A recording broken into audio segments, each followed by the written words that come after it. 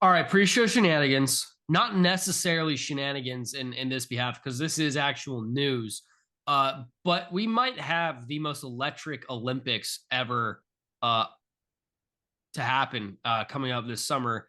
And the Did reason not I know say that's where the that, pre-show was going to go, but the okay. reason I say Okay. that, uh, Where is it? NBC Sports. This isn't in It's LA. Paris. It's in Paris. NBC Okay. Sports has announced an NFL Red Zone style whip around show for the Paris Olympics. And it's going event to event. They'll show event to event, like the peak Ooh, moments. now I might actually be watching. And I might have to be. We might have to be an Olympic. The host every day is Scott Hansen. Shut the fuck. No. It's Scott Hansen. Really? Yes. What, wait. Okay. Let's start off with it. Will be called Scott Gold Hansen Zone. Is employed technically by NFL Network, right? That's where Red Zone's on, NFL Network. I'll be honest, I don't have Red Zone. Could not tell you. So I don't. It used to be DirecTV. It's not DirecTV anymore, right? Right? Isn't that the change that's happened? I don't know. I don't know. I couldn't tell you. I haven't had Red Zone since like 2014. Okay. Like Brock Osweiler had a couple of starts in 2014. Okay. That's how long it's been since I've had Red Zone. But yeah, I might have to be watching now.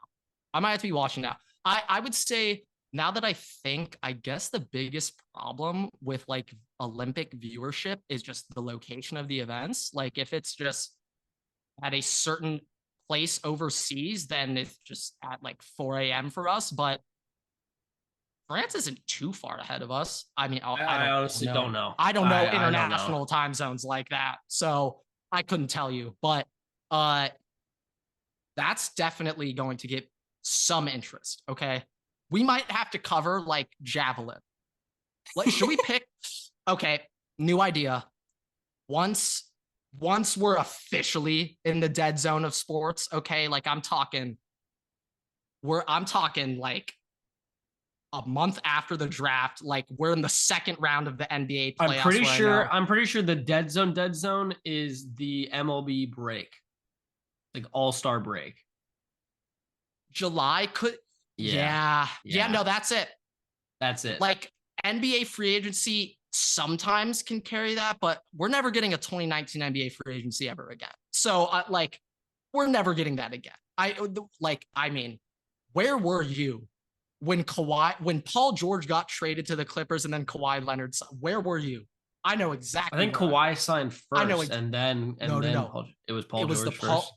Well, Woj had both like drafted tweets and post like Paul George did go first because everybody was like, that was the first domino. Kawhi wasn't coming. Remember when Chris Broussard tweeted?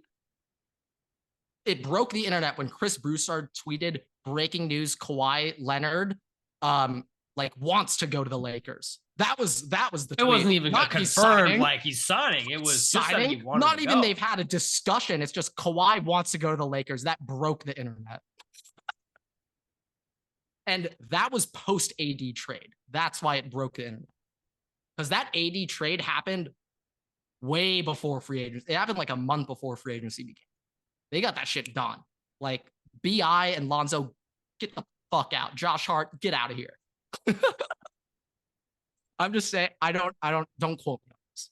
If I remember correctly, LeBron's very first year when Lonzo, BI, and all the shitheads were on the team, I'm pretty sure right before LeBron got shut down for the season, the Lakers had won like 5 straight.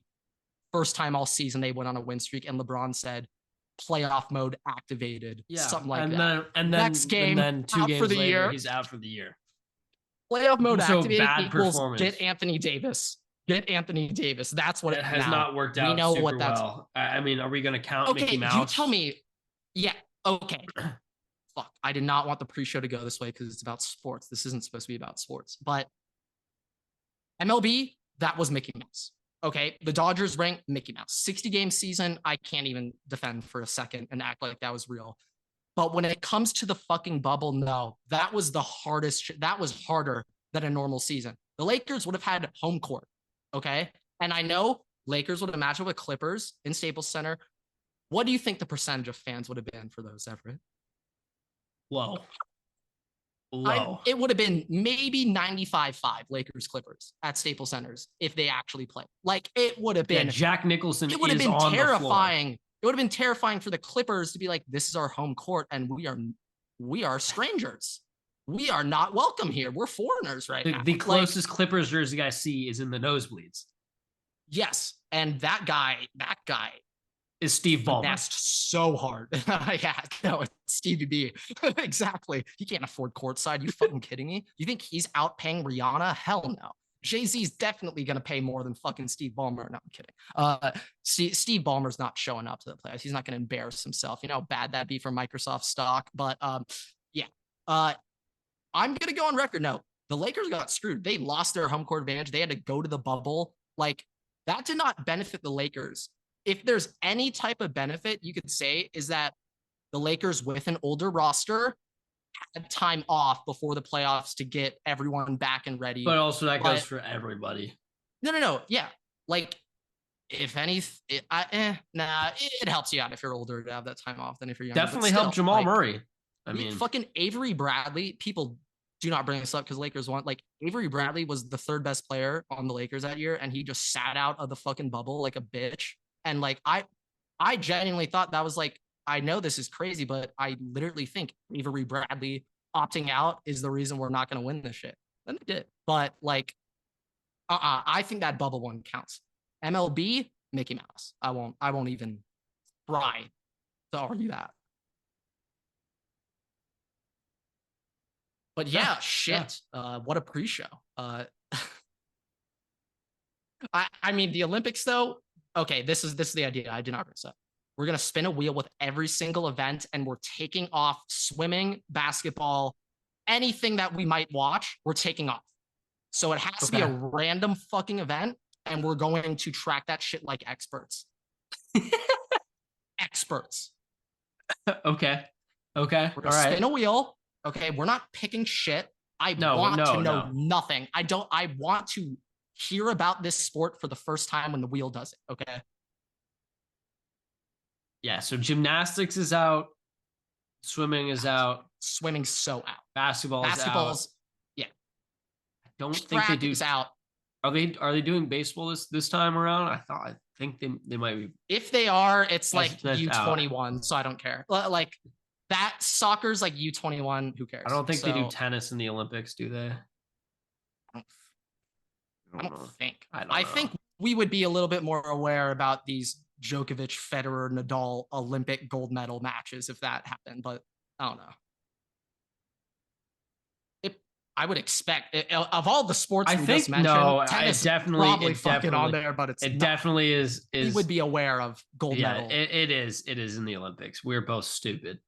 But wait, do they like sit out of the Olympics if they're like, are majors going on? And no, like that's like considered like, it's not a part of the majors, but like the tennis players consider it. Yeah. It's like for, they announced hockey's officially back. Well, I don't know. This is also the summer. This is also the Summer Olympics. Like if they ever do soccer, holy God. I mean, honestly, oh my God. For the Olympics, I'm praying. Soccer arguably shouldn't be there because that detracts all the other viewership. People would only This is the first time surfing will be in the Olympics, I'm pretty sure. Oh, I remember that. Wait, isn't there video games? Isn't there like Madden? Wait. Well, I swear I remember this. No. There is video games. I'm positive of it. Positive. I'm not sure, maybe it's but in a future event, future Olympics. But soccer, I think, is in there now. Everett, should we try out? Soccer's on there. Everett, should we try out for the USA Call of Duty team? We might get beat out by. It would be great. We're not making. We might get beat out by some 14-year-old. But it'd be on Ritalin. Obvious. Cracked out. Doesn't even matter. Doesn't even matter if he's on Ritalin or not. You being 14, I can beat that. The world supply of Ritalin, and guess what? I can't keep up with him. I can't keep with 14-year-old doing pre-algebra. He would smack my ass silly. He'd make me look like a fool. Okay. So I'm not gonna act like we'd actually even qualify to like the round 2 scouting combine. But yeah, I feel like it's worth trying. Oh my God, could you imagine? So you know how in NBA 2K they have a draft now. Yeah, Waterboy's taking the league by storm. Do you imagine if there was just like a Call of Duty draft? Like, that would be sick, but and it would have been because lit. once you turn 19, you're past your prime, but you have to be 18 to play. It's like they're drafting 16-year-olds who can't even The play rights. for them They're right just away. getting Like the it's rights to the NHL. players. The rights, you're drafting the rights to the player. And I don't know what teams there are, but let's say Optic. Optic's a well-known team, right? Optic. Let's say Oh, Optic with this 6th overall pick Johnny Tantrums, 6-year-old out of Nebraska, Omaha. let me tell you, folks, the sky is the limit. Okay, we've never seen a kid with this good of hand-eye as a 6-year-old. Okay, like they just start breaking down him It's playing just like film of his like YouTube channel. he's playing like Angry Birds. I guess that just proved that we're old as fuck. I'm assuming most people, anyone younger than us, does not know what Angry Birds is. But okay, that was a fun pre-show. I guess not a standard pre-show for our standards, but I would say arguably we got into more of a standard ones. pre-show towards the end there, where we just started. I would say arguably one of the most memorable ones. But all right, without further ado, what is going on, everybody? Welcome back to another episode of the Waterboy Podcast. Today is episode 206. By the time you are watching this, if you are watching this right when it comes out, we are at only 15 minutes. I'm pretty sure 9:15 tip off. Maybe it's 9:20. Maybe it's 9:10. Maybe it's 9:05. I know it's not 9 on the dot though. I know it's like a little after. All these start times are like 10:20, 10:40, 11:30, 12:10. None of them make sense. None of the numbers add up. But March Madness has begun. Virginia is an absolute disgrace to March Madness, and if more people play like him, the sport would be dead, or them. The Dodgers are officially 2-0. Hopefully I didn't jinx that. And we have yet another sports gambling problem, Everett. We somehow Calvin Ridley has it's like what was it, episode 9 in Star Wars? Somehow Palpatine has returned, except this time it is sports gambling problems. Sports. Okay. Before we exactly dive into it, could there possibly be like a better marketing stunt for gambling than right now seeing all these athletes literally willing to risk their entire career just to place these bets? No, I think the best is one, Jason Kelsey being seen in Vegas gambling after everybody with LeBron. I think LeBron was there somewhere too. But the best marketing is familiar with this. I need to. Okay, I'll look this up. The best marketing is still Michael Jordan to this day. I mean, it's still Michael. I mean, guys, Michael Jordan. You want to talk about goats? You want to talk about goats? Michael Jordan is the GOAT. Michael Jordan accepted a year-long suspension after a fucking three-peat because that's how much he loved the hustle. That's how much he loved placing that plus 600. Everett, you know what the gamblers say? You know what the true degenerates say? The best part about a parlay isn't winning the parlay, it's placing it. Just seeing the potential. That's what gambling's about, and that's why we are here. All right. Yeah, we're gonna have to talk about Ipe first. Of course, Dodgers win Game 1, opening day Soul Series, and we're not starting off with that in the MLB segment. Ipe Mizuhara has been fired from the Dodgers after Shohei's attorneys, with an S, he has a fucking fleet of them, claim that Ipe stole upwards of $4 million from Shohei to use placing bets on a now under investigation sports book. Did not disclose which sports book. That would have been great advertising. Holy shit. Good job on Shohei's attorney team. But upwards of $4 million. Everett, my first thought when I saw that number was, wait, now I know, realistically, when you count Shohei's contract value, count it as 47 million because that's luxury tax value. But according to Guggenheim's fucking accountants, Everett, Mr. Ohtani is owed $2 million this year. Ipe just burned through double of that shit. He just took 2 years worth of pay. This is, the gambling part is its own thing. Okay. We've already talked about it a million times. If you're affiliated with any organization, no, you cannot be placing any bets with anything involved in that sport at all. And you are a liability for other sports because you're friends with athletes in other sports. So that's inside trading. No, we've been over that. But let's just talk from a man-to-man Ippei to Shohei relationship. How talk about a bag fumbled. Okay. If you just didn't steal $4 million from Shohei, you could have got a cut of the 700. You could have got a cut of the 700, but no. Ippei said no, not for him, not for me. So this is an interesting thing to look over. We were going over this. I don't remember. I just remember briefly when Shohei signed, there was some clause, opt-out clause. Yeah. I mean, it was basically saying that if any major personnel are like let go or terminated, that Shohei has the ability to opt out. But considering he stole $4 million from him, though, it's a little different. I think he's I don't think that Ippei is considered a major personnel, to be fair. I think that's more considered for like Dave. Yeah, Roberts, there was a chance Friedman. of me just thinking that, ooh. Oh my God. How heartbroken would you be if we fired Dave and Shohei leaves because he was like, Dave was my guy? Well, here's my thing. I don't think that Dave Roberts is going to get fired unless we don't have a single ring in the next 4 years. I would say for him to get fired this season, first round exit. Yeah, but I also think that if that were to happen, winning the division won't guarantee. Shohei probably would be consulted before that move would be made. And if anything, it's because it's he Shohei. Gets to pick the manager. It's Show GM. I was about to say La Shohei. I'm just so used to La GM.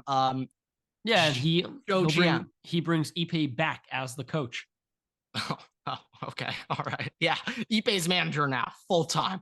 Yeah, actually GM. Bump him upstairs. Yeah, but by the way, obviously they're in Korea right now. So Ippei told the team after today's game on Wednesday. Yes. And he was immediately fired afterwards. He told the team? He told the team after the game. I guess like some tip of the cap. He was like, hey guys. Wait, what? What? Obviously the attorneys must have talked. There's no way just randomly after game one. He's like, guys, I stole $4 million from Shohei. he basically said, you know, hey guys, like I just wanted to let you guys all know that I've fucked up. I have a severe degenerate sports gambling problem. And there's going to be a story that comes out. He did not state explicitly that he was stealing Shohei's money. That was not part of the. Yeah, I don't think I mentioned that detail. Yeah, addressing that would be on the low. That would be on the low. Yeah, I think we'll let the attorneys disclose one. The better part is I'm sitting here, I'm thinking, all right, so what is the worst situation for that to unfold in? When you are abroad in a foreign country and get fired in the foreign country. So like, definitely are they paying for his flight? Like, you're not going back home on the team flight. Like, is he getting? You're not employed. It's tough. It's maybe he can use whatever remaining money. Is he kicked out of his hotel? He's sitting there. He's praying that his last. No, he didn't room with Shohei. They're not that. He is praying that his last bet that he placed with Shohei's money cashes, so he has enough money to get a ticket home.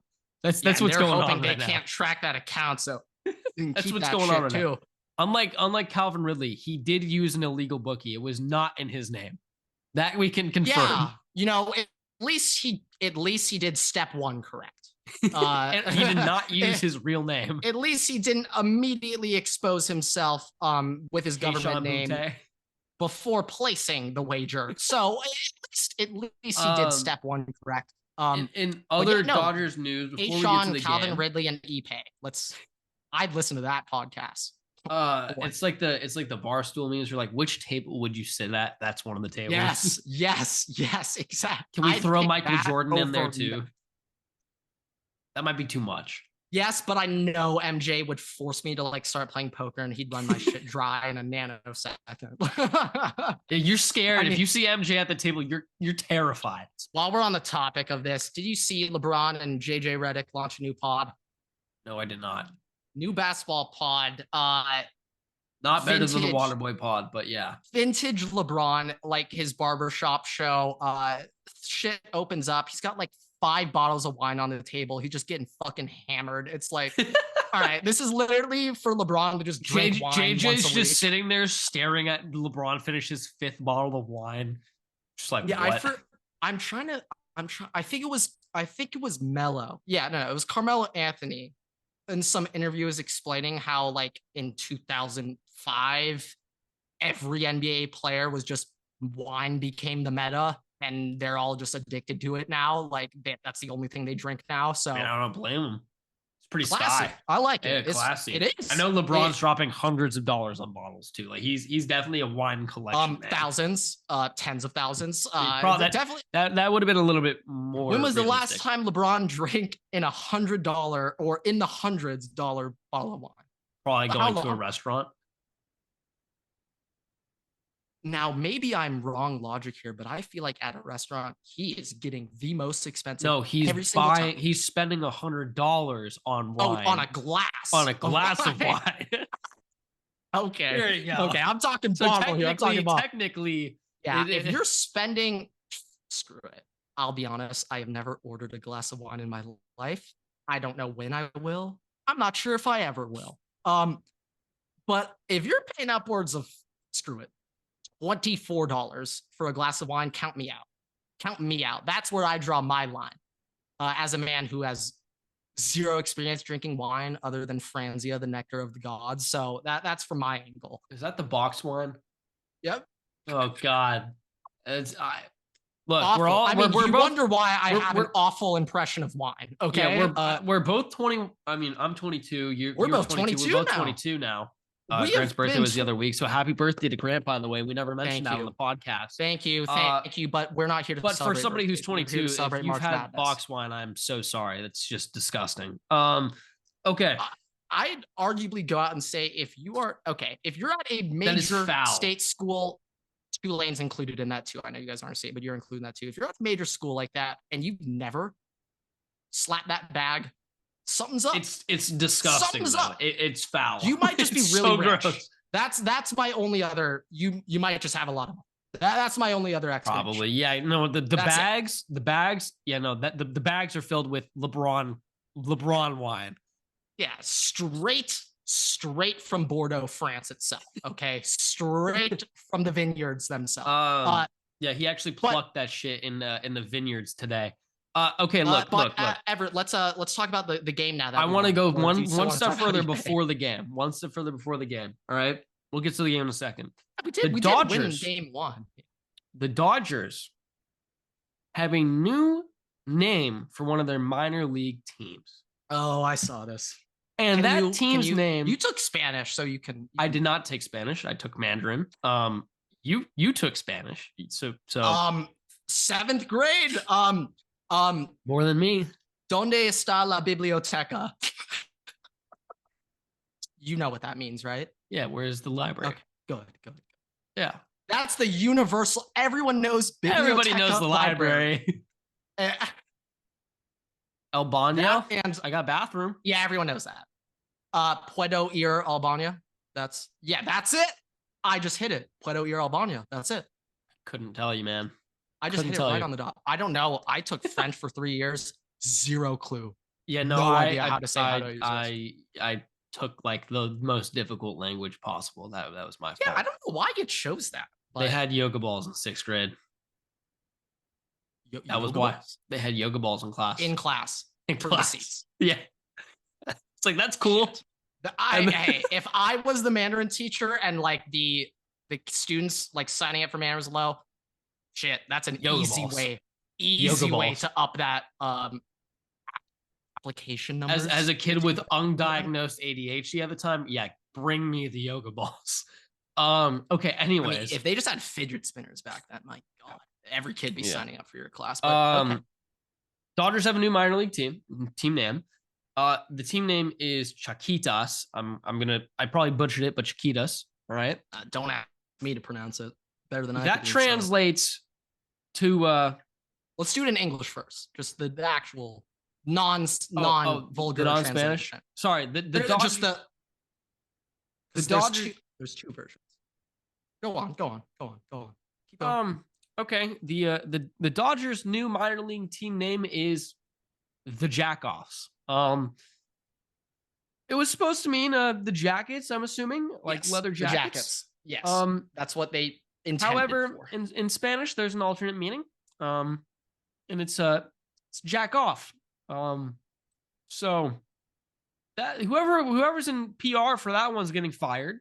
However, I'm a proud fan of the Dodgers organization, and you know what, I will support that team name either way. Interested to see how their team apparel gets sold, because minor league teams do sell team apparel. Oh, yes, they do.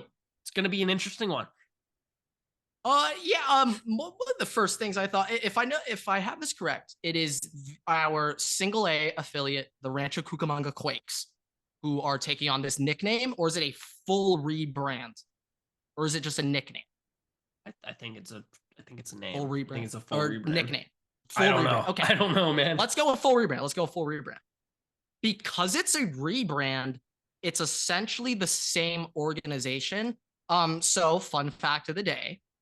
There's been a number of pretty notable guys who, came through the Dodgers org, played for the Rancho Cucamonga Quakes. So we are ready to officially announce right here, right now, that the greatest player in the history of the Rancho Cucamonga Jaquetas organization is Pedro Martinez. Pedro Martinez was a Jaqueta at one point. So Pedro, we're going to shout out you. Corey Seager, shout out you. Belly, we're shouting out you.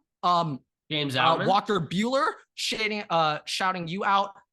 It says right now, James Outman might not just be a notable alumni yet. He may have skipped single A. He may have skipped it. I don't know. Maybe he skipped single A. Jacques Puig for like 3 games before he got called up. Gavin Lux, Dustin May, Seager. I just saw Mike Trout on this list, and thank God I remember at one point the Rancho Cucamonga Quakes were the Angels affiliate. I was like, wait, we traded Mike Trout? We trade Mike? No, that would be one way to ruin your day. No, okay. That even though I know it's not true, if someone just panic attack. If Rob Manfred somehow got my number and just texted me, you do know the Dodgers drafted Mike Trout, right? I would be like, I mean, the next 3 days I wouldn't be able to do anything. That ruined me. Would you get COVID again, like the Michigan game? Ooh, I think that one would go like a step up. Scarlet fever. We're going throwback disease on like that yellow bubonic plague. Yeah, literally the Black Death. But okay, let's talk about the baseball leeches. Game. Yeah, let's talk about the game itself. That was a 20-minute diversion. Let's talk about the baseball game. We'll make this quick, of course. Of course, we spend the most time not talking about sports, but whatever. Dodgers win Game 1 of the 2024 MLB Series 5-2 over the Padres. Tyler Glasnow went 5 innings, 2 hits, 4 walks. Gotta fix that shit, Tyler. Only 2 earned runs and 3 Ks. All right, we want to see that. We want to see those numbers get better. Okay, we love the no hits, but last cannon, I need Ks from you. I need Ks from you, Glasnow. But back half relievers, Brazier, Hudson, Kelly, and Phillips combined for 2 hits, 3 Ks, no runs over the last 4 innings of the game.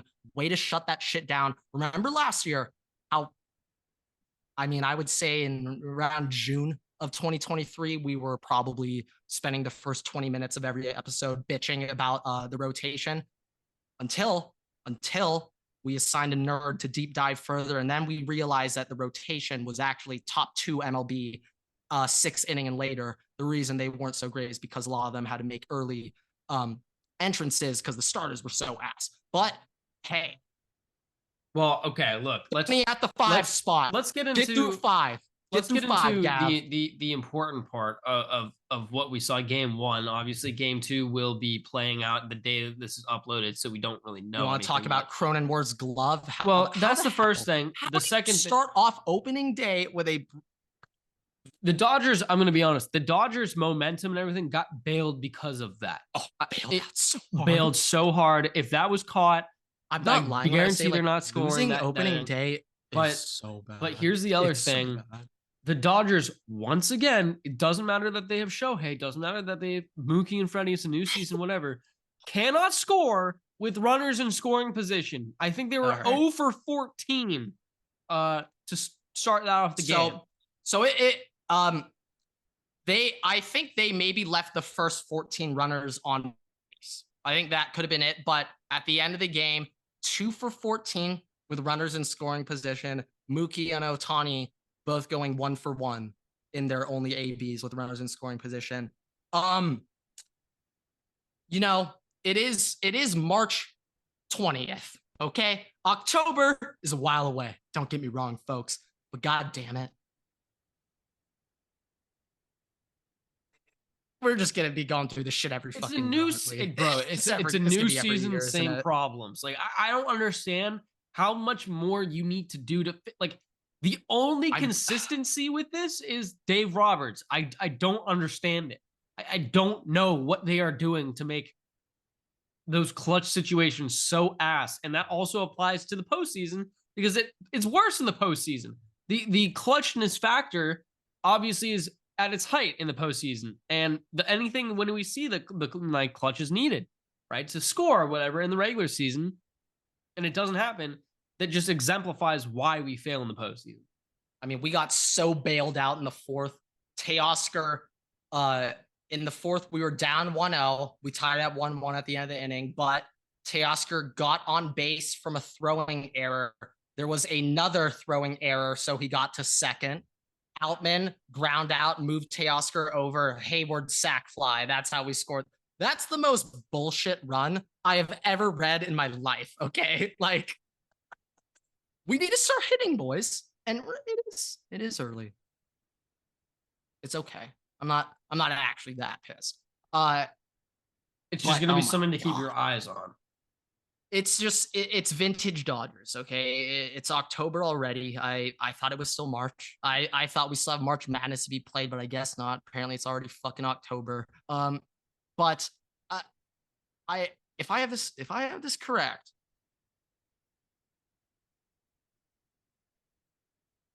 shit, no, wasn't right there. I thought Mookie, Freddie, and Ohtani loaded the bases twice. They only loaded it once. But they went combined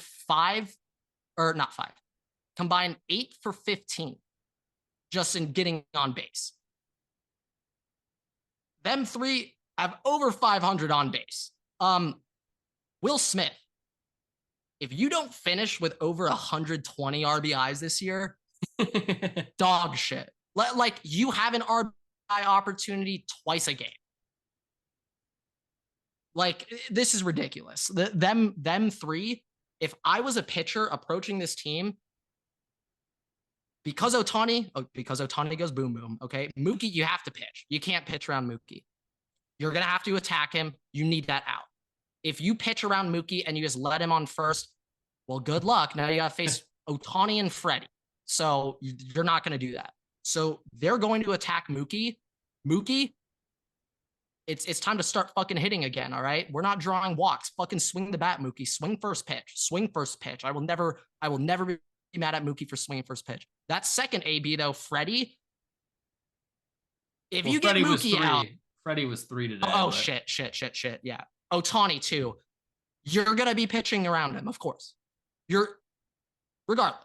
It could be, you could have an 8-run lead with 2 outs bottom of the ninth. You're still pitching around him because you personally don't want to give up that home run, whoever's in relief. So he's getting pitched around.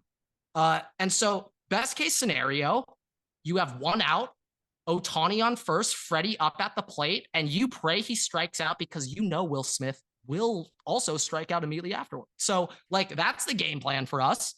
Attack Mookie, pitch around Shohei, and depending on what Shohei does, that's how you approach Freddie. But 2 of those ABs are pitch arounds. And so that means 4 through 9, you're going to be getting strikes because these pitchers won't get deep in games having to pitch around Ohtani and Freddie every fucking time they're up. So 4 through 9, you better pick it up. You better pick it up or else, yeah. The Dodgers have shown recently that we're cutthroat now. If you're ass, you're gone. All right. If you're ass, go to the grass, get off the field. Okay. So new era, Gavin Lux. I liked what he was doing the other day. I liked what he was doing. So I'm not going to get mad at him, even though it was a bullshit RBI of Cronenworth's glove. But Lux, Outman, even though he got on base twice. Months to a degree, even though he got on base 3 times. God damn, let's see, 600 on base. Good shit. Lux, Hayward, Teoscar to a degree. He's safe. Teoscar's safe. Them other guys, though. Hey, we got Willy Adames on the phone right now. He's on the phone right fucking now. So, championship or bust. Championship or bust. Put our money where our mouth is. And then last thing, Jazz Chisholm called out a former Marlin, former team captain of the Marlins, Everett, who is now a Los Angeles Dodger. Do you know who that player could be that Jazz is calling out? Captain. Now I'll be honest, when I read team captain, it immediately threw me off, and I completely discarded who I think is the only active Dodger who played with Tim Anderson on the Marlins. Not going to say the only active Dodger who played Tim with Anderson on the Marlins. Or Jazz Chisholm. Holy there shit. You go. Tim Anderson's now the shortstop of the Marlins, not him. Jazz. Hey, Oscar. No. Oh, I guess he's not. Yeah. May have given it away a little bit there on a shortstop, but that's my one. Man, I'm trying to think who it would be. The team captain's gonna throw you up. Miguel fucking Rojas. Jazz Chisholm is starting beef with Miguel Rojas Everett. Miguel Rojas. You started beef with him? I would not have known that Miguel Rojas was on the Marlins. Yeah, and the I'm not gonna say I love Miguel Rojas. I don't. If he's the team leader. Huh. How the hell is Luis Arias not the team? Like, what? Maybe he's just quiet. Or, no, this is it. He's the only good player on the team that he's like, I can't put up this fucking assignment. I'm just going to go 3 for 4 and just call it a day. Go back to the dugout. But yeah, that was our MLB update. That was really long. Really fucking long. Let's talk college football. I know you're excited. I know you want to dive into a specific topic on college football. Yeah, we'll start there. Former starting right tackle for the Alabama Crimson Tide, former 5-star offensive tackle starting for the Alabama Crimson Tide, Caden Proctor, who recently left Alabama, entering the transfer portal to go to the University of Iowa, has re-entered the transfer portal and has gone back to the University of Alabama. So yeah, I think he was in Iowa for 60 days. 60 days. It could have just been a nice spring break. He could have just wanted to go. It could have been. He is from Iowa, so he went home. Except for the part that he got $100,000 from Iowa's NIL deal. He does not have to give it back. Wait, that was it? Well, let me double check. Let me double check here. Oh yeah, same thing with Julian Sand. Dude, Julian Sand got 6 figures from Bama. Yeah, he commits to Ohio State.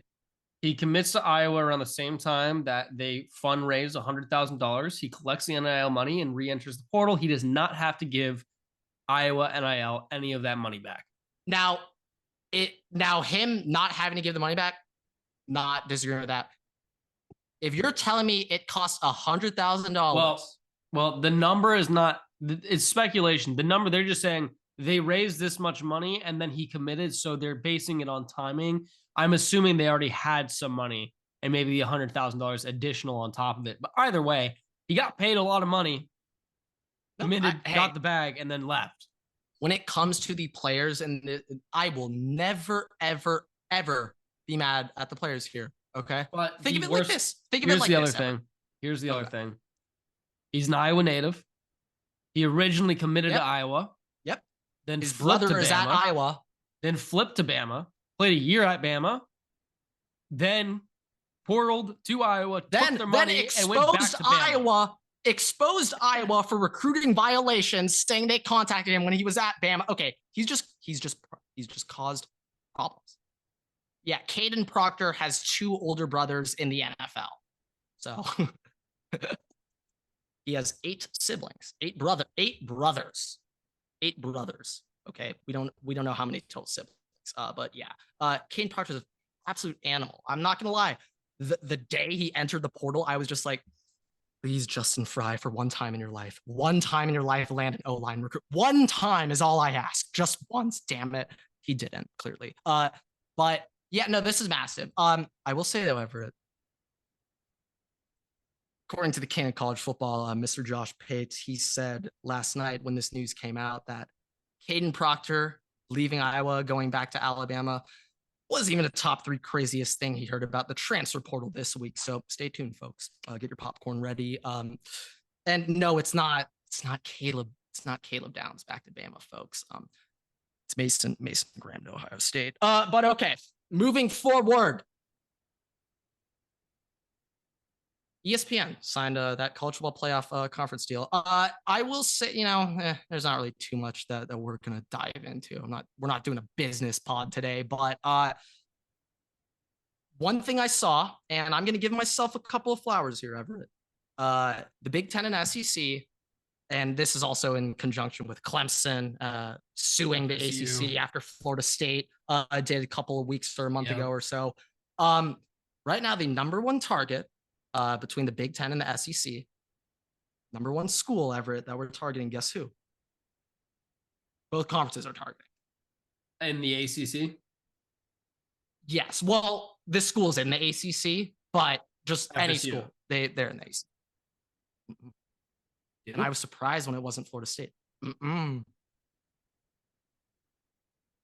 It's not Clemson. If I say anything after you saying Duke, it would have. It's UNC. It's North Carolina. And I was like, huh. But also, you can't get UNC without getting Duke. I know. Oh, I know. Yeah. They're a package. But I'm thinking North Carolina, Duke, like, I'm not saying they're national champion competitors, but North Carolina and Duke have been ranked like consistently, like throughout the season, past couple of years in football. Like, they are definitely extremely attractive to also the Big Ten. Very academically, like, strong schools. The Big Ten, I'll be honest, I fucking hate that the Big Ten does this, because at the end of the day, they don't actually give a shit. But I mean, they let Northwestern in, and now they're like, oh, we academics first. We make those Iowa football players go to class. Yes, we do. We know Duke does. Out of here. Hey, but we know Duke does. Well, we know Duke does. I will say though, I mean, this isn't. This might be confirmed. North Carolina has a long history, a long tradition of just no players on the basketball team ever going to a class other than Drake May's older brother, Luke May, after he hit that 3 and was in front row of his 200-person lecture the next day. If you remember that story. I don't know why. I don't. Immediately just popped in my head. I will say, can you, for me real quick, Google Luke May? You will immediately recognize him. He was on North Carolina basketball. You will immediately recognize him. And that's Drake May's older brother. Oh, yeah. Yeah. Instantly, you remember him, right?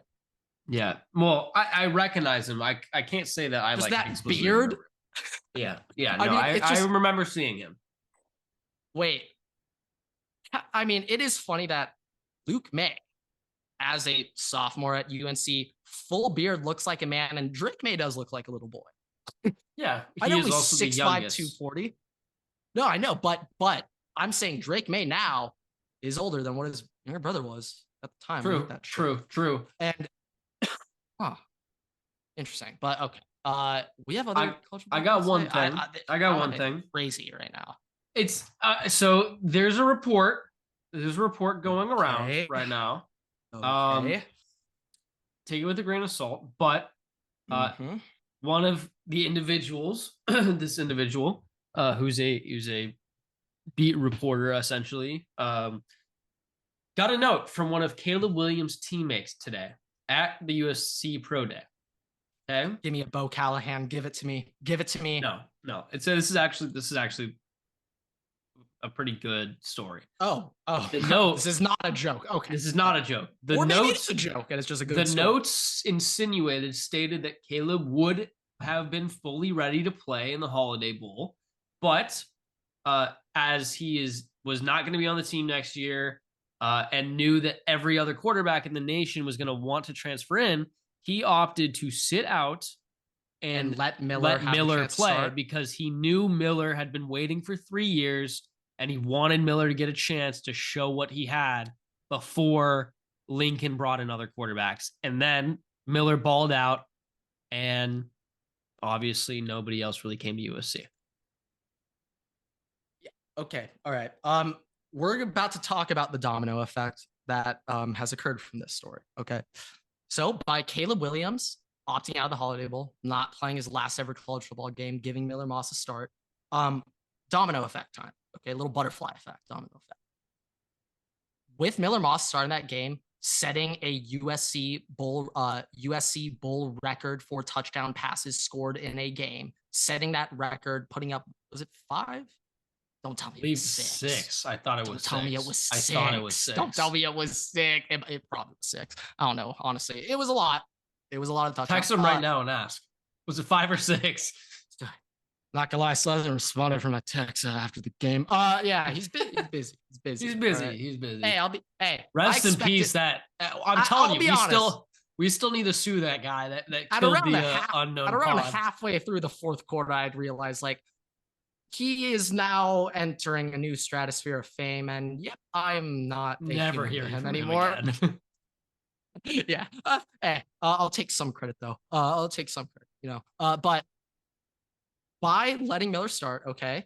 I'm not sure you remember Everett, but do you remember who was rumored to transfer into USC? Will Howard. So, but I don't know if that's better or worse for you that he went to Ohio State. To be honest, I feel like it's worse. What is Caleb Williams gonna be the reason why Ohio State doesn't win a national championship next year? If Will Howard throws a pick that ends your season, yes. Like, we're gonna have to circle this. We're gonna have to start. I am putting this in my calendar. I'm putting a reminder for January 1st, 2025. If Ohio State gets bounced today, blame Caleb, and I'll immediately know why. I'll immediately remember why.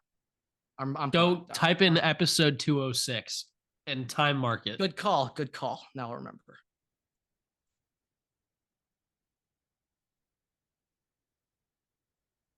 But yeah, I mean, feel good story for our guy Miller. I mean, we don't know the legitimacy of this. We could fact check it, but like Grant said, it would not get back to us. So I cannot get a primary source to confirm or deny. I cannot. Yeah. I do not have a primary source, guys. It's a little complicated right now. That's on me. But yeah, I mean, moving. There's not. I do have Alex Grinch's number though. Maybe he knows a thing or two. How did that happen? Now I know he wasn't on staff at the time, but how did that happen? He actually contacted me, blackmailing me after I posted that video saying Alex Grinch is the reason USC football is awful. Oh, okay. I had a couple of lawsuits filed against me for that one. I don't think the NDA. I think you just broke the NDA. It might be a problem. Okay. I am kidding, folks. Alex Grinch got his lawsuit when he coached defense for the past 6 years. That enough was a fucking. I don't know how much there really is to talk about in the NFL. Obviously, college March Madness started. NFL. Only thing that I'll say, if you want to talk about, Marvin Harrison Jr. is not working on his pro day. I don't think it's that big of a deal. He asked teams if they want him to see anything. I don't think it matters. No. Wait, the teams were he asked teams, run routes, and they were like, no, we're good. Which is the first time I've ever heard do not get fucking hurt. Bubble wrap that shit. Like the first time I ever heard that, because Caleb Williams even today worked out for teams. Yeah. Hey, and I'll be honest. I saw Keenan was at USC Pro Day. Yes, I did try to get in and was denied. Yeah, you were catching balls from Caleb to start practice. Yeah. No, I was the guy doing the underhand snaps to him. Don't even get me started on the How many underhand times snap. do they make you do that? I'm gonna be honest. Like I did it one designated. time. Got thrown off of it. Okay, They question. like took me off the drill because I Immediate- was snapping too slow. Okay, immediate question. Okay, my favorite is when they're simulating going under center. And so when you're the ball guy, you put your hand on top of the quarterback's hands, like No, simulate the center's ass, and then you put that shit in there. It's my favorite. I have not done that. I have not experienced that. That's my favorite. That's my favorite. Not gonna lie, but yeah. Seeing like the Ohio State, You get a nut cup you like have underneath your hand so too. funny. You have a nut cup that's just sitting there, just with the ball underneath. Oh, you got to get full experience. Practice. You need to get the full feel and everything. That needs to be muscle memory. Taking those snaps under center. All right. Now I know Jim Harbaugh. All right. This is in a JJ McCarthy interview. This is in like fucking Shea Patterson interviews. They all talk about like, yeah, my first day in Ann Arbor. Very first thing Coach Harbaugh showed me was how to properly take a snap under center. He explains that middle finger needs to be right in the anus, ready to take anything. And it's just, I know Harbaugh did that first thing with Herbert. And Herbert's like, I think I know how to take I've taken many snaps under center, coach, but sure. Let's see where you put this middle finger knuckle. Okay. One thing with the NFL that was just announced today. I didn't know this was a thing, but the NFLPA has a classic. And by classic, I mean they have a golf tournament. And they have teams on the golf tournament. Is this the like Tom Brady Phil No, Mickelson that's separate. Okay. This is the NFLP. I don't know what it really means. I'm assuming. Wait. This is like Brady and Josh Allen versus Mahomes and Aaron Rodgers. No. All right. 0 for 2. Never mind. That's the same thing that you asked before that you said the first time. No. The very first one I was talking pro golfer with a Tom Brady. Yeah, that's the same. Rodgers. It's the second one was just 2 NFL players. Yes, it's the same. It's the same thing. They just changed it. They do variations of it. It's the same thing. I'm not a dimplehead. I'm not. But this they are doing kind of active players, and this one team that was just announced, 2017 Minneapolis Miracle Vikings players. Harrison Smith. Case Keenum better fucking be in this group. Harrison Smith, Adam Thielen, Eric Kendricks, and fucking Case Keenum. Good. I was about to say, if Case Keenum wasn't on that fucking thing, that would have been disgraceful. There you go. I was going to say, I think I'd be willing to do like a $5 pay-per-view to watch Stephon Diggs play a golf match. One ball in the water just throws that shit. Club straight into the fucking, oh my God. I love Stephon Diggs. I mean, I would arguably say the greatest video ever produced by a social media content team was the locker room. Who would you want to date your daughter? Everyone's like, not Stephon. And then Diggs said someone. I'm such a nice guy. Why wouldn't you want me to date your sister? Because you're ugly. Like, Diggs, you know who I would want to watch play golf? You know who I would pay $5 to watch? Give me a sport and I'll guess. Bruised Gratterall. I know that's not who you're thinking. Oh, Jameis. Yes. Jameis. Oh my God. I love how that's the only thing I needed to do in order for you. All you need to do. And I immediately know. It's either that or Jameis Squinston. 50-50? Squinston. Yeah, Jameis Squinston. Or was it Jameis Winsquints? Couldn't tell you. Oh, no. Yeah. No, just remember, he has LASIK. I mean, Cleveland. Yeah, he has had LASIK. He has had LASIK. Picked up on that. But okay. We can go over final March Madness. Yeah, we can go over hot final takes, March Madness. predictions, everything. Okay, so one thing I just heard recently. Now growing up, Everett, whenever we were creating March Madness brackets, getting into this, growing up, we have always heard from everyone, any older human being on the planet you've asked about March Madness growing up, they always tell you 5-12 upsets. They always tell you that 5-12, watch out for the 5-12. In the past 7 years, 6-7 years, the 5-12 upsets, they're not hitting anymore. They do not hit.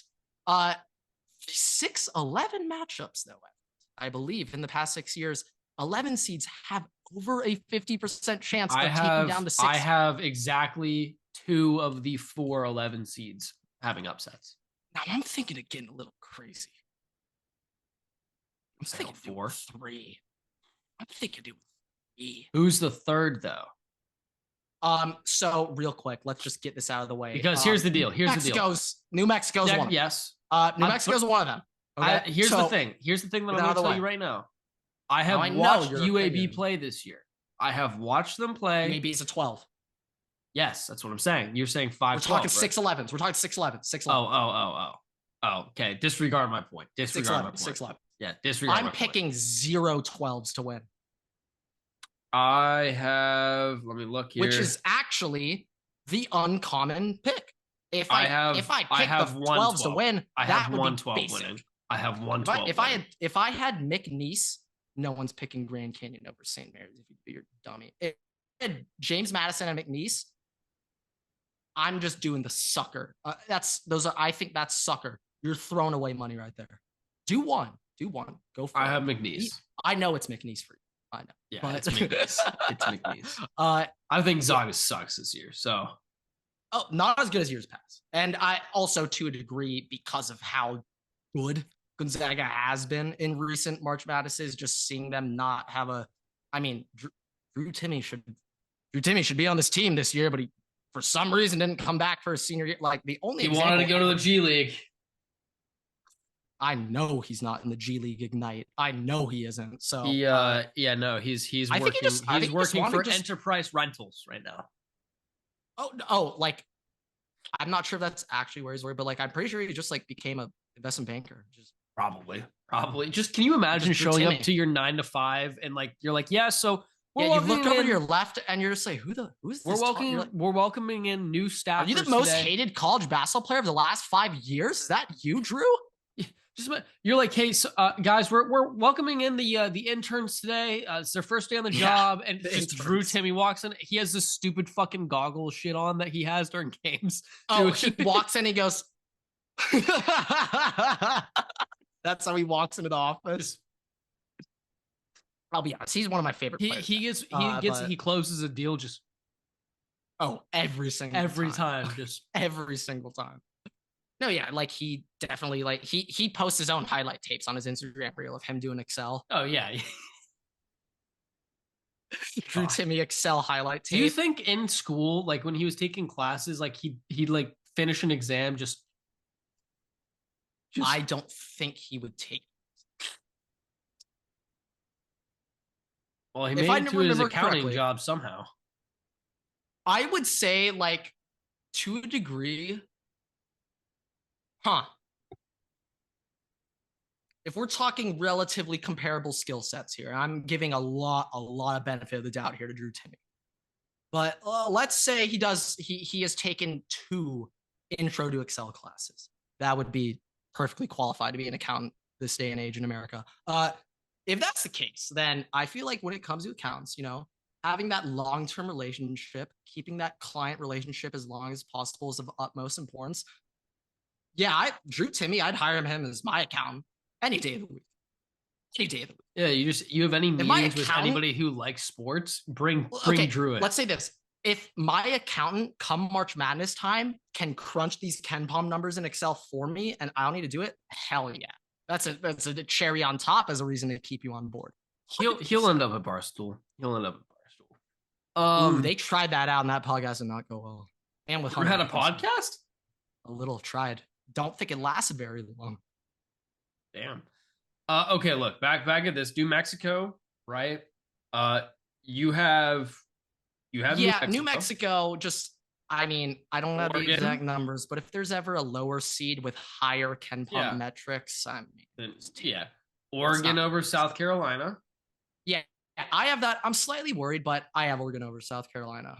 Now that leads to the 2 interesting matchups. You have BYU Duquesne and Texas Tech NC State. I have a feeling you'll know which one I picked based on my opinions the past couple of days. Texas Tech, NC State. You took NC State. I took NC State, the Wolfpack, to take down the Tech. Duquesne. Okay. I didn't realize that BYU. Explain why you love Duquesne. Is it just because the name is funny? I didn't realize I'll accept that. I'll honestly support that answer more. I didn't realize that BYU was a 3-point specialist team Remember, they're in the Big 12 too. I didn't realize so the fact that they did that and in the Big 12 is I do like teams, especially in the tournament, who are 3-point specialist focused. Yeah, we want guard play in the tournament. We want guards to be. The reason why I like Duquesne is because the bit that I had watched them, they were very clean and like did not foul much. And I do like teams that are pretty good on. If you don't mind me asking, when did you watch Duquesne? When the A10 tournament was on last week. A10. Okay. Because I'll admit it. I'm a man. I had never heard of this university in my life until the tournament was announced. Same with Fairleigh Dickinson. Same with St. Peter's. I mean, this is for a lot of schools. Okay, there's definitely multiple. Hey, all I'm saying, Illinois is going to look out for Moorhead State. Illinois is going to look out for Moorhead State. Yeah, Longwood's the only one as of right now that I've never heard of. Stetson. I mean, I'm thinking Stetson Bennett. Assuming there's a chance I've never known that Stetson was a college until this tournament. I know GCU existed because I got spammed by them. Bro, dude, they have the greatest videos ever of their student sections for the basketball games. Have you seen it? No. That might be my TikTok for today. I mean, bro, Grand Canyon is so sick. So sick. One of my boys, Luca, he's been on the pod. Luca, one of his best friends who's now playing baseball at Cal Lutheran, but he was really deciding turning down Cal Lutheran baseball to just go to Grand Canyon University. I was like, dude, please go. Like, please. Why do I get a weird feeling right now that North Carolina is going to lose to WAC? So I guess we could talk about it today. I never talked about this on the pod. Totally forgot. That was a TikTok. Yeah, I did a little bit of history, a little bit of research, a little bit of deep diving, looking into the most recent trends. And we'll do a live analysis right now when Virginia, as a 1 seed, lost to UNC Wilmington? UMBC Wilmington? I think it was UMBC. Something along it was those UMBC. It was UMBC Wilmington. So the trend that I have found, folks, going back, sorry, everybody. Just give me a second. Pull this up. Okay, tempo teams. All right, got it up. Going back, past couple of years of all the 1 and 2 seeds that have been upset. Okay, so we got 1 seed Purdue against Fairleigh Dickinson last year. We got 2 seed Arizona against Princeton last year, which will be the most forgotten 2-15 upset ever because Purdue lost to Fairleigh Dickinson the day before. We have Kentucky St. Peter's. And then we have Ohio State Oral Roberts. The fact Ohio State lost to a school called Oral Roberts. I mean, how Chris Holtman, the coach, wasn't fired after that day. He actually got Everett. He got an extension after getting bounced by Oral Roberts. Think about that. He got an extension. But okay. Purdue, when they lost to Fairleigh Dickinson, absolutely slaughtered them on all KenPom offensive, defensive efficiency metrics. Okay, was not even close. Based on those numbers, there should not have been a chance that Purdue could win. However, what the difference was a major tempo gap between the two teams, averaging a difference of 4.5 possessions per game. Purdue being much slower than FDU. Next round, Arizona Princeton. Once again, Arizona leading Princeton in all the offensive defensive metrics. Although I will be honest, I didn't cover it in the TikTok, but they had the smallest leading margins in offensive defensive metrics until we get to St. Peter's in a sec. But a 5 possession difference in tempo between those two teams, just stylistically completely different. On any given night where your guys just go cold, you can lose that game on upset watch. Ohio State Oral Roberts, 4.7 tempo difference. And then Kentucky St. Peter's, no major tempo difference, but literally this is the only example I could find in the history of the March Madness NCAA tournament. St. Peter's was better at defense than Kentucky in 2020. There's no other example of a 15-16 seed being better than a 1 or 2 seed in one of those until that one. But for this year, when we look at these tempo differences, this year, every single 1 and 2 seed is leading the 15 and 16 offense and defense. So this year, when it comes to potential upsets, potential guys that could get taken down, what we're looking at is okay. UConn safe, Houston safe, Purdue safe, North Carolina would have been safe if Howard won, but because Wagner won, Everett, UNC is my #1 upset watch team. So did you take Wagner to beat them in your bracket? Hell no. Hell no. Hell no. That's stupid. Okay. This is what I'm saying. I would never, ever pick a 15-16 shit.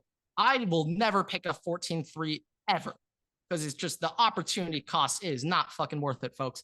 But what I am doing is I'm fading North Carolina's tournament run. Okay. So I'm picking them to win round 1, but you have them to bounce by Michigan State? No, I don't. See, this is the problem. See, I realistically should pick that Mississippi State, Michigan State winner to beat them. I just don't know who the fuck's winning that game. Michigan State. I know. Let me start with this. I know if I pick Michigan State, they're going to lose and Mississippi State's going to the Elite Eight. I know that's going to happen. And vice versa. I know if I pick or if I pick Mississippi State, then Tom Izzo is going to fucking punch me in the face. So by that logic, either way, you just pick North Carolina to lose around the 32. True, but this is how I look. I'm screwed up in the head off of this tournament challenge bullshit. If I don't have a winner, it just even playing in that, like if for example, let's say I have North Carolina to Sweet 16. If they lose in the first round, I'm not watching a second of that Wagner Mississippi State Michigan State game, because that's how I am. I'm petty. I'm a little crybaby. So I just won't watch it at all. So if I just pick North Carolina there, they're on upset watch, not upset guarantee. Okay. So I mean, realistically, they're probably not losing the game, folks, but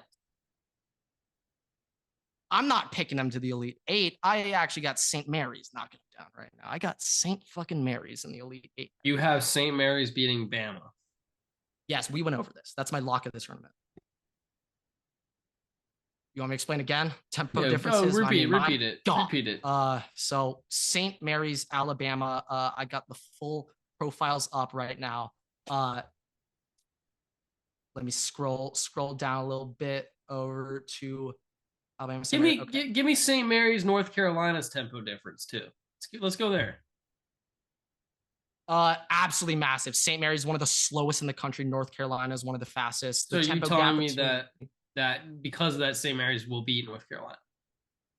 Yes, because this is how I look at it.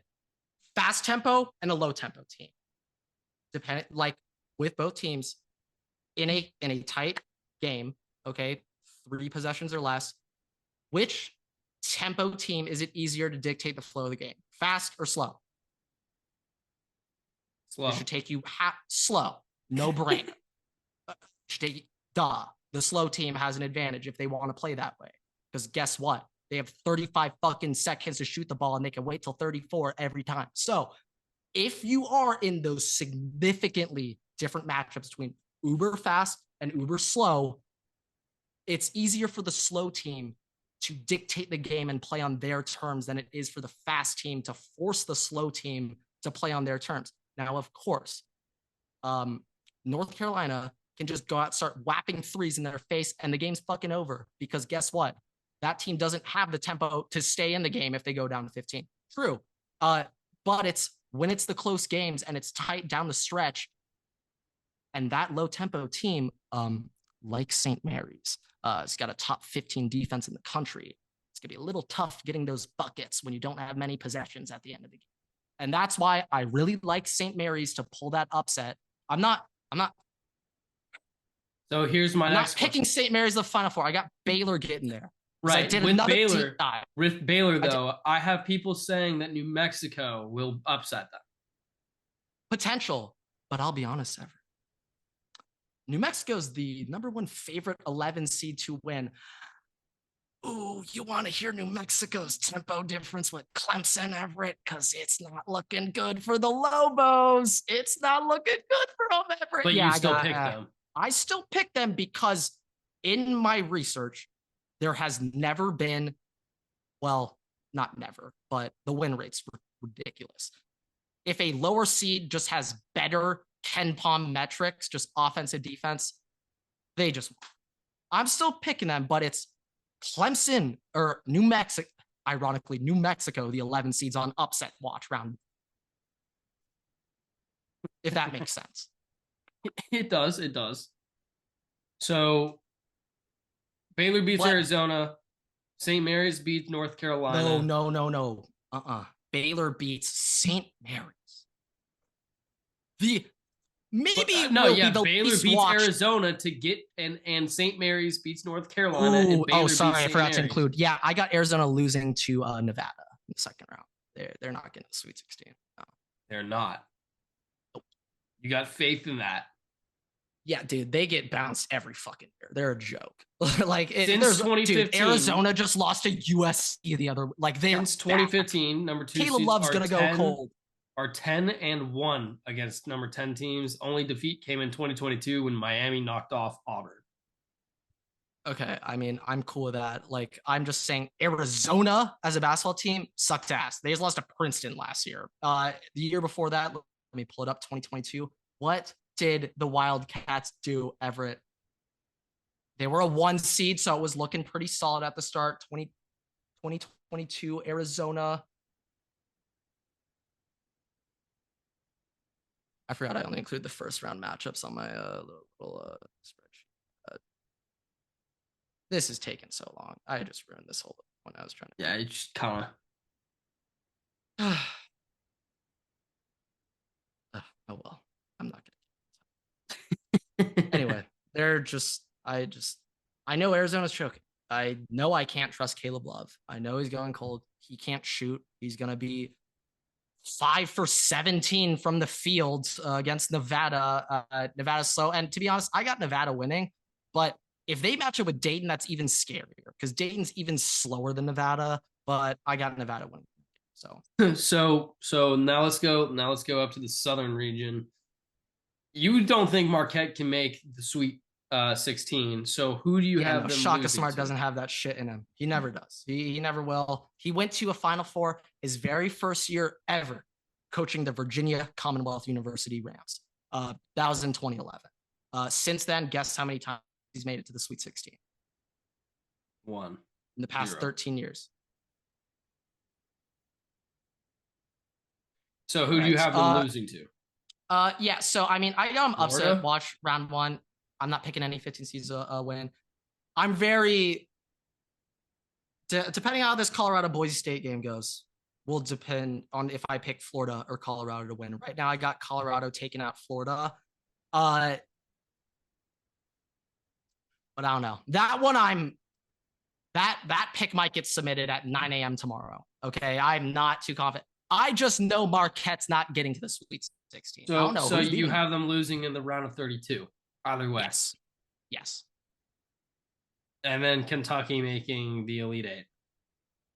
Now I have tentatively, I have that. That's just me because I have a sweet spot for John Wall. And I just love him. I'm not gonna lie. But I know it's not Kentucky has awful profiles. Okay, not top 100 in defense, extremely fast pace, great offensive efficiency, but that is just a recipe for getting upset by a low tempo team. Okay, and in the first round, Everett, Oakland, pretty large tempo gap. So we'll see. Kentucky, I hate their matchup. I got NC State winning that game.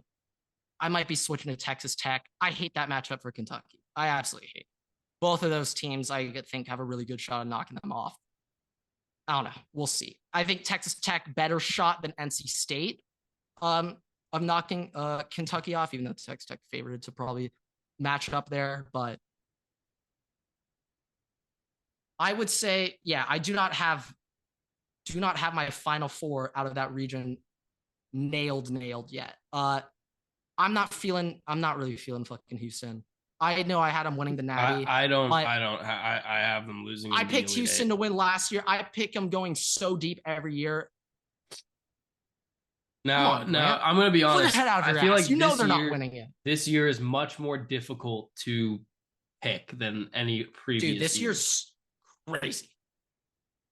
This year's nuts. There's no, like, I know last year, like, actual It was wide tournament, open. It was but wide open. We I had know no last idea year, the fuck actual was going on. tournament, like, we had multiple 15 seeds winning, like, all this crazy stuff. But when it came to making your bracket, everybody consensusly kind of was like, it's going to be 1, 2, 3, 4.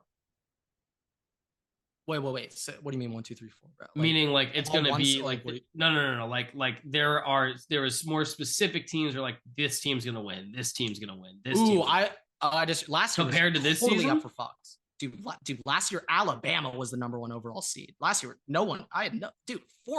UConn won the whole thing. Last year, no one knew what the fuck was going on. This year, we at least know UConn's real. Okay, we know Houston's real. North Carolina fraud. Come off. Purdue. You make your opinions on Zach, foul merchant, ref bailout, ED. You make your opinions, but like if Purdue, this year's Purdue team was in the tournament last year, they would be the overwhelming number 1 seed. So you have Purdue losing to Creighton? As of right now, that's what I have. I think I might be switching to Purdue national championship. I think I might be. Like, this is the thing. And I'm talking from a bracket pool, not a perfect bracket perspective. I will never get one ever. Nobody will ever get a perfect bracket ever, except maybe Jordan McVay. If there's anyone that could do it, it's probably Jordan. But from a bracket group perspective, if you're picking UConn, then sure, you might be picking the best champion or best champion pick, but half of the other brackets are also going to have UConn. So for you to actually win your group, you're going to have to now nail the championship game, Final Four. You're kind of just eliminating a round. If you just don't pick UConn, if you just pick Houston, okay, if you just pick Purdue, you just don't pick UConn, and they do end up somehow winning, yours. Like it's just a potential opportunity cost type thing. Like if you pick UConn, you better have a fuck ton of upsets everywhere else. Because if you just go basic with UConn, you're not winning shit. You're not gonna win anything. So like you if you're picking UConn, you got to get 3 of those Final Four teams to win your bracket, because someone else will. So better get that shit right. Like if you pick Purdue or Houston, you're just yes, you're gonna kill yourself watching wild card. You're going to kill yourself. It's Auburn, gonna be national champions. Hey, I'll be honest. When it comes to Auburn too, when it comes to metric stats, they profile so well. The issue with Auburn this year is that they've been awful on the road. They essentially have to go on the road to beat UConn. That game's going to be in Boston. Another important fact we did not mention, UConn will not need to take a plane until the Final Four during this March Madness run, Everett, okay? They're going to be starting off in Brooklyn and then going to Boston. That's just home games for them. So that's really important in college basketball too. I mean, something people do not realize. Let me look up the very first game of the day. I think it's Mississippi State, Michigan State is the very first game tomorrow. Both of those are East Coast school teams, so it's fine. But what if San Diego State UAB kicked off at 9 a.m. in New York, or 12 p.m. New York time? It's 9 a.m. for the San Diego State players. They have not played a competitive basketball game at 9 a.m. since their AAU days. So it's totally out of the norm for them. You know what I'm saying? Like, just region start times, like most college basketball games start at like 4 p.m. or like 7 p.m. Like, yeah, a 10 a.m. start is fucking weird for these people. Like, that is weird for these players. And it's little things like that I like to look at. That's why I hate teams reliant on one score. I need multiple scores. You can't just be relying on one guy to get you buckets when you need it. But yeah. We've been going for a minute. I'd love to keep going, but I got to make a TikTok for the people too. So with that, thank you guys so much for watching, listening, raise 5 stars. You can find us on Spotify, TikTok, YouTube, Twitter, and on Instagram at WaterboyPod. Me and Grant have our own Twitters at Everstakes and at WaterboyGrant. So make sure to check us out there. You post new episodes every Tuesday and Thursday on YouTube and all podcast platforms. So make sure to subscribe and turn on notifications so you don't miss a single episode. Post some TikToks every Tuesday to Sunday. So make sure to follow us there for some exclusive content, as well on Instagram at the WaterboyPod. And we will see you guys in next week's episode. Waterboys out.